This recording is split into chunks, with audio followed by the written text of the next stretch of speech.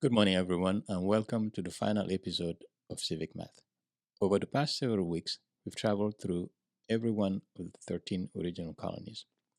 We started in North Carolina, where the Halifax Resolve became the first official vote calling for independence. We finished in Maryland, the last colony to authorize its delegate to support independence before the Declaration was adopted.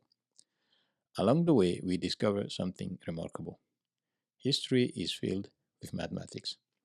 Every colony became a story told through numbers: population, distance, exports, agriculture, trade, probability, risk, leadership.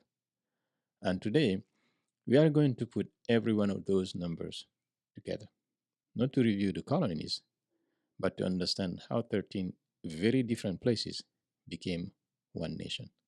Let's begin. America by numbers.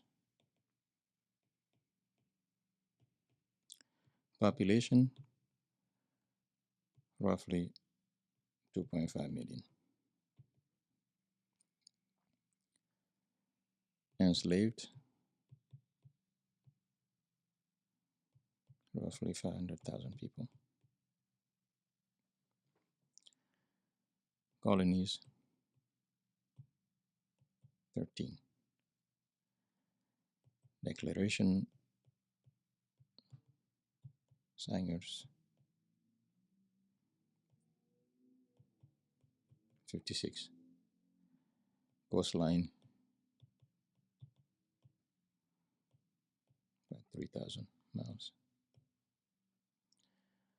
But what made these colonies economically powerful? Let's look at the numbers. Okay. Tobacco. Okay. 90 to 100 million pounds every year. Rice 80 to 100 million pounds per year. Indigo. If you're not sure what indigo is, go back to some of my previous channels and it'll tell you exactly what indigo does. It's about 1 million pounds annually. Wheat, a million bushels. Flour,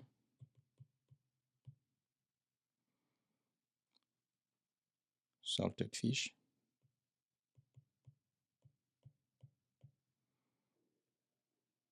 naval stores,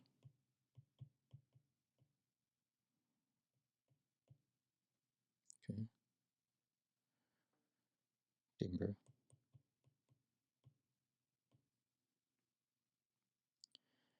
Now, imagine producing all of these goods with only 13 colonies. Good question. Now, you produce all this, where does it go? Okay. Tobacco,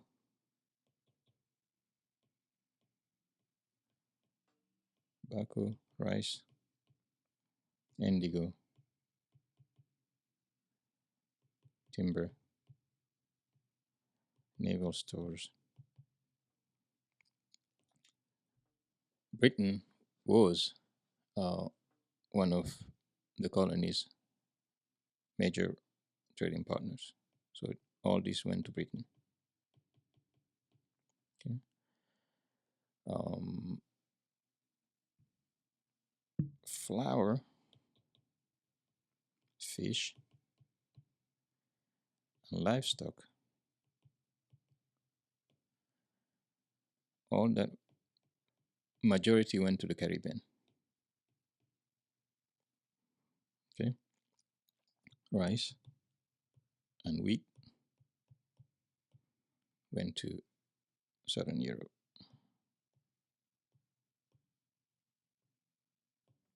Okay. America wasn't isolated, it was already part of a global trading system. Now, another question, did America use the dollars? The answer is no, because at that time, the US dollars did not exist. So, one of the widely used currency at that time was the British pound. British pound. And it is symbolized as this. Okay. One British pound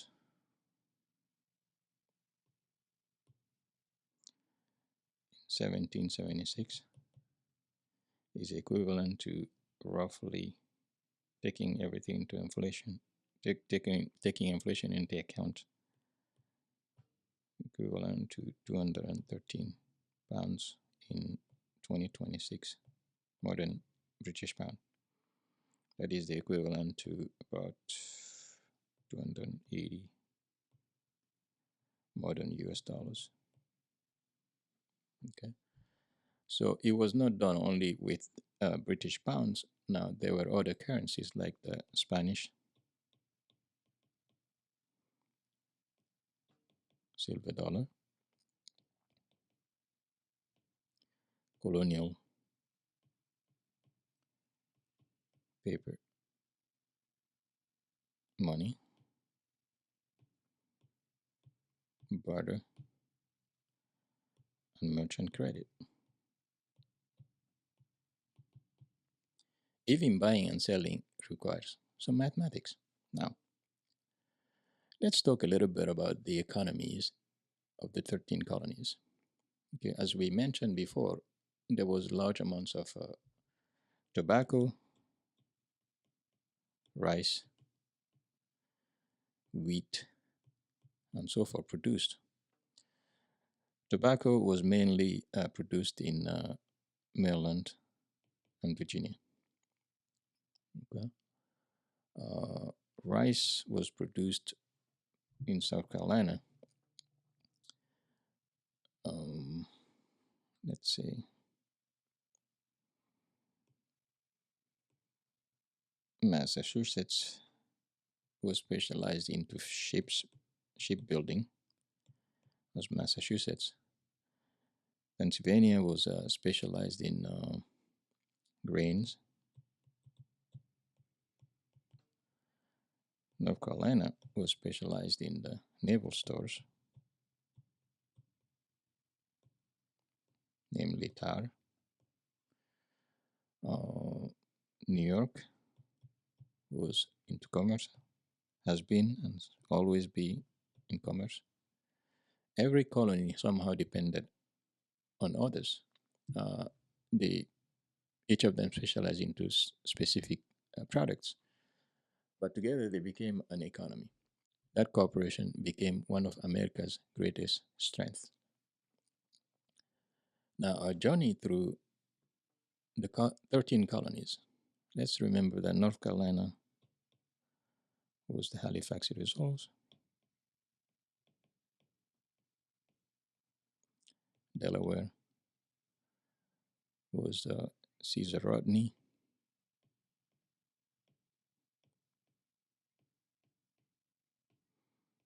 8 Mile Ride,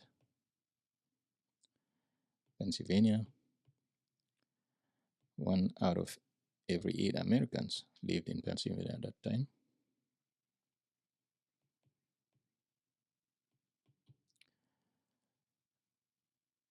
New Jersey,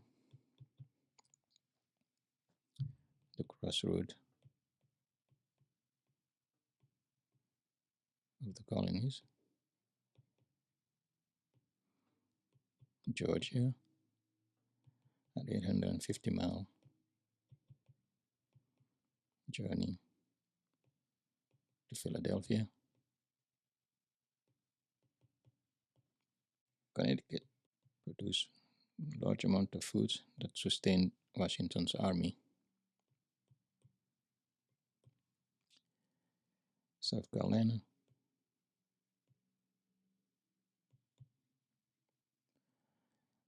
produce a large amount of rice and indigo. New Hampshire was into fishing and timber.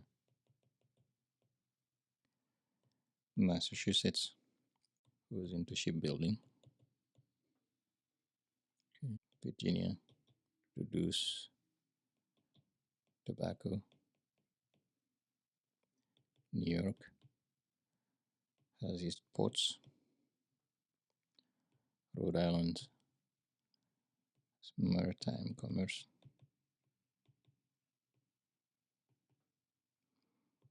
Maryland, the final colony to authorize for independence. 13 colonies, 13 stories, one shared purpose. Now, here's the question. If the 13 colonies competed economically, which colony would rank first? There was no official GDP as we know it today, because in 1776. So let's create our own civic math economic index. We scored them using population, agriculture, manufacturing, international trade, shipbuilding, strategic port,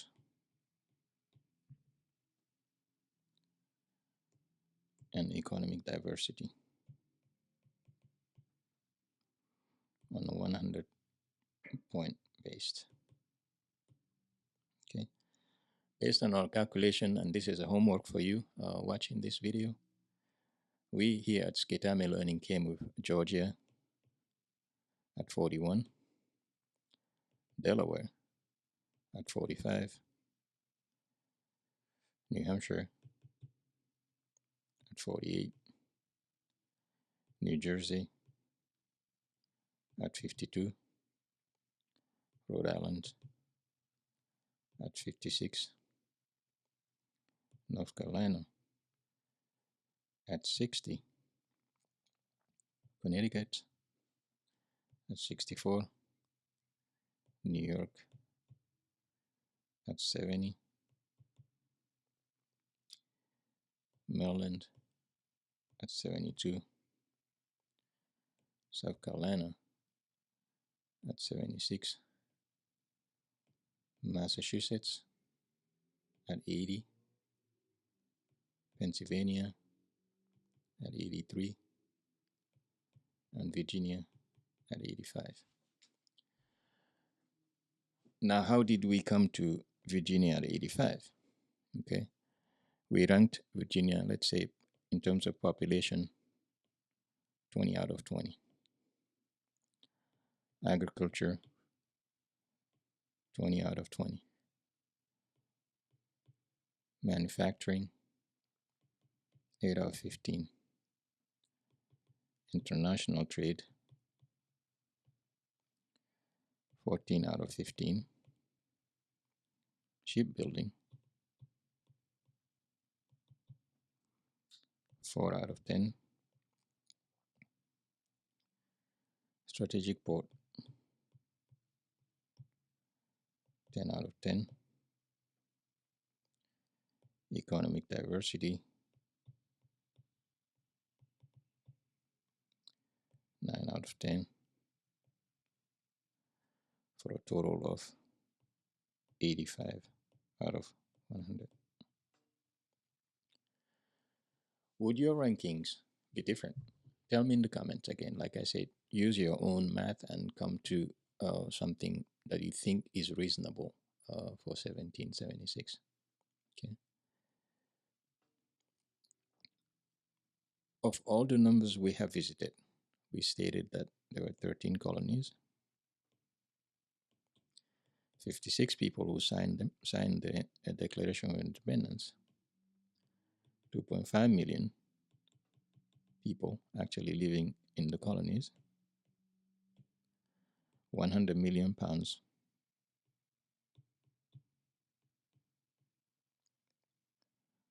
of tobacco, 100 million pounds of rice,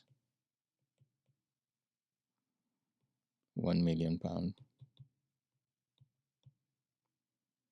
of indigo,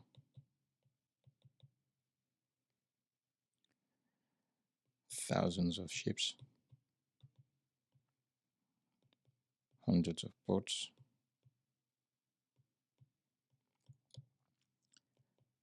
thousands of miles traveled,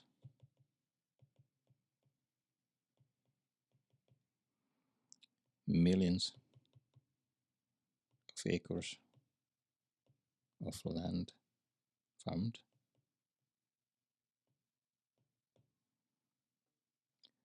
Of all these numbers, which one is the most significant in your judgment?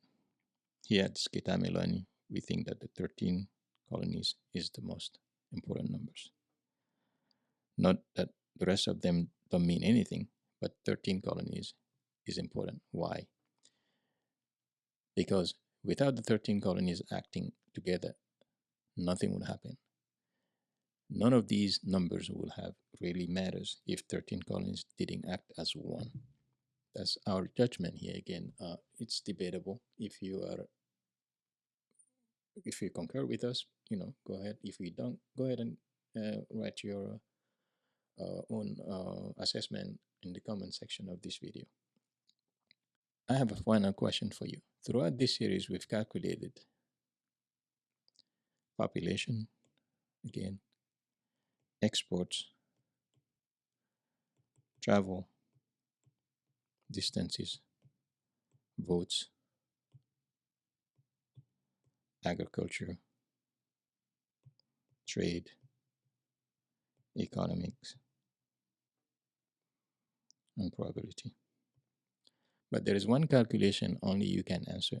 If you had been alive in 1776, knowing only what they knew then, not knowing whether the revolution would succeed, would you have signed the Declaration of Independence? Why or why not? Take a few seconds to think about that, then let me know in the comment section. In closing, 250 years later, these numbers still matter, not because mathematics created America, but because mathematics help us understand the choices that shaped America. I hope this series had shown you that mathematics isn't limited to textbook. It explains history. It explains governments. It explains commerce. It explains leadership thinking and the decision that changed the world. Thank you for joining me on this incredible journey through all 13 original colonies. If you've enjoyed this Civic Math series, please subscribe to Scitame Learning.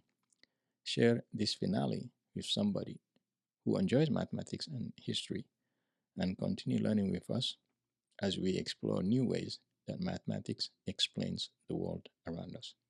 Until next time, keep thinking, keep calculating, and keep learning. Thank you for watching.